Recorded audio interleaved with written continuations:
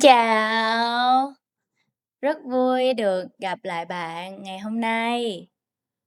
Hôm nay mình đã quay lại với một câu chuyện mới về Peter. Hôm nay Peter đã đi ra ngoài đường và nghe rất là nhiều những câu bắt đầu bằng "Trời ơi! Trời ơi!" Bạn cùng nghe câu chuyện với mình nha. Một ngày đẹp trời, Peter đang đi dạo ở ngoài đường.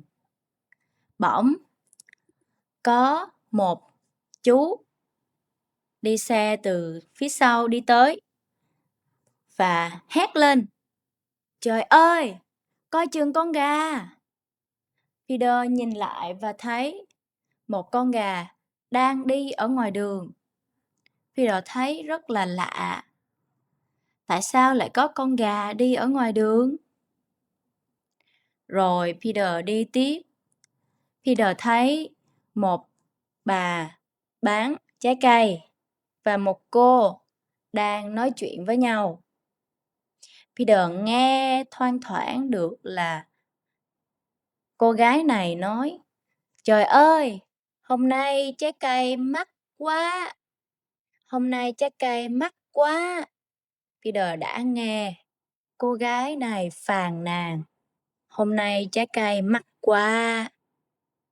Rồi Peter đi tiếp tới một quán cà phê vỉa hè. Peter nói với nhân viên: "Em ơi, cho anh một ly cà phê sữa đá." Cô nhân viên vui vẻ nói: "Ok anh, đợi em một xíu."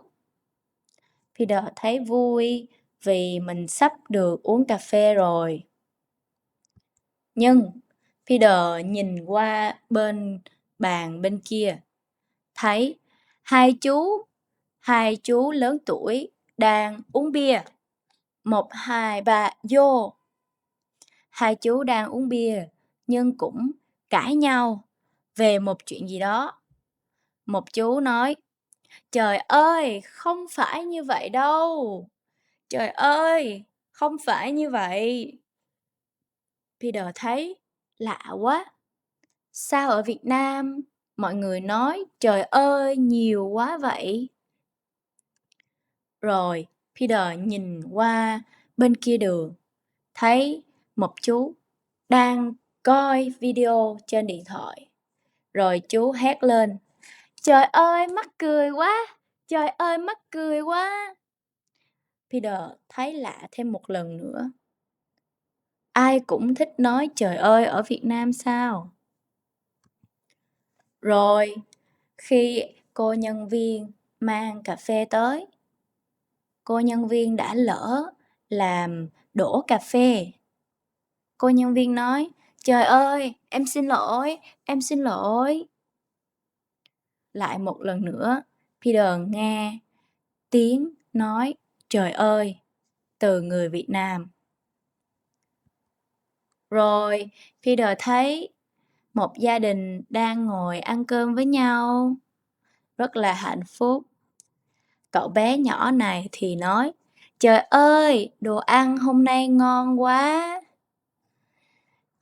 Tiếp theo, một bà lão lớn tuổi nhìn thấy Peter, bà tới gần và nói: "Trời ơi, con ốm quá!